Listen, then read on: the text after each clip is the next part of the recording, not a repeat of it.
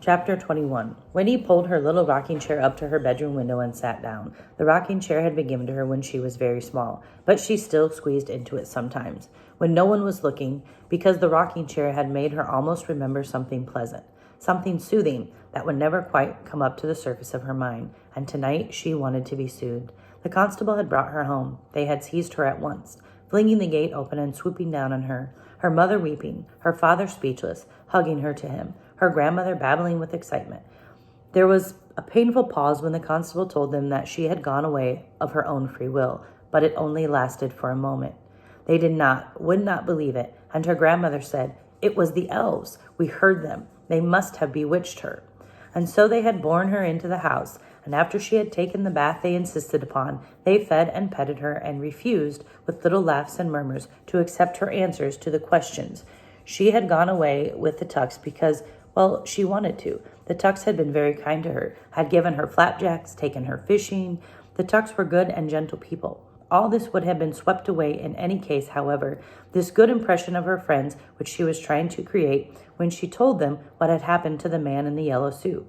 Had they really given him the wood in exchange for finding her? They had. Well, perhaps he wouldn't want it now. May had hit him with the shotgun. He was very sick. They received this news with mingled hope and horror, and her father said, "I suppose the wood will be ours again if that man should, that is, if he doesn't."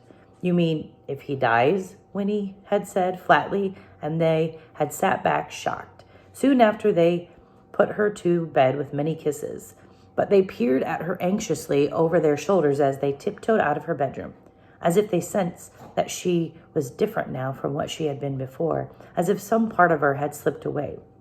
Well, thought Winnie, crossing her arms on the windowsill, she was different. Things had happened to her that were hers alone and had nothing to do with them. It was the first time, and no amount of telling about it could help them understand or share what she felt. It was satisfying and lonely, both at once. She rocked, gazing out at the twilight, and the soothing feeling came reliably into her bones. That feeling, it tied her to them, to her mother, her father, her grandmother, with strong threads, too ancient and precious to be broken. But there were new threads now, tugging and insistent, which tied her just as firmly to the Tucks. Winnie watched the sky slide back into blackness over the woods outside her window.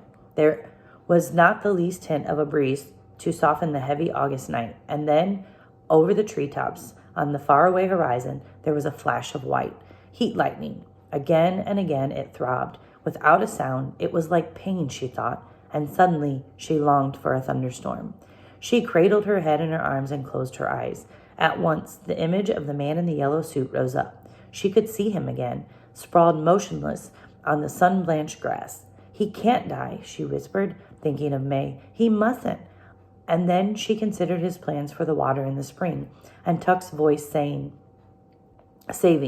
They'd all come running, like pigs to slops, and she found herself thinking, if it's true about the spring, then he has to die. He must, and that's why she did it. Then she heard hoofbeats on the road below, a horse hurrying into the village, and not long after, there were footsteps and a knocking on the door. Winnie crept out of her room and crouched in the shadows at the top of the stairs. It was the constable. She heard him saying, "So that's that, Mr. Foster. We can't press no kidnapping charges since your little girl claims there wasn't no kidnapping. But it don't matter now anyway. The doc just got back a few minutes ago. That feller, the one you sold your land to, he's dead." There was a pause and the murmur of other voices, then a match striking. The acrid smell of fresh cigar smoke. "Yep, she got him a good one, all right. He never even came to. So it's an open and shut case. Since I seen her do it, eyewitness, no question about it. They'll hang her for sure." Winnie went back to her room and climbed into bed. She lay in the dark, propped up on the pillows, and stared at the light square of her window, at the heat lightning throbbing. It was like pain, she thought again, a dull pain on the fringes of the sky. May had killed the man in the yellow suit, and she had meant to kill him. Winnie had killed a wasp once in fear and anger, just in time to spare herself a stinging. She had slammed at the wasp with a heavy book and killed it, and then, seeing its body broken, the thin wings stilled, she had wished it were alive again. She had wept for that wasp. Was May weeping now for the man in the yellow suit? In spite of her wish to spare the world, she did wish we were alive again.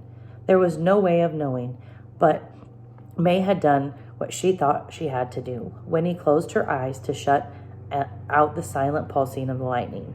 Now she would have to do something. She had no idea what, but something. May Tuck must not go to the gallows.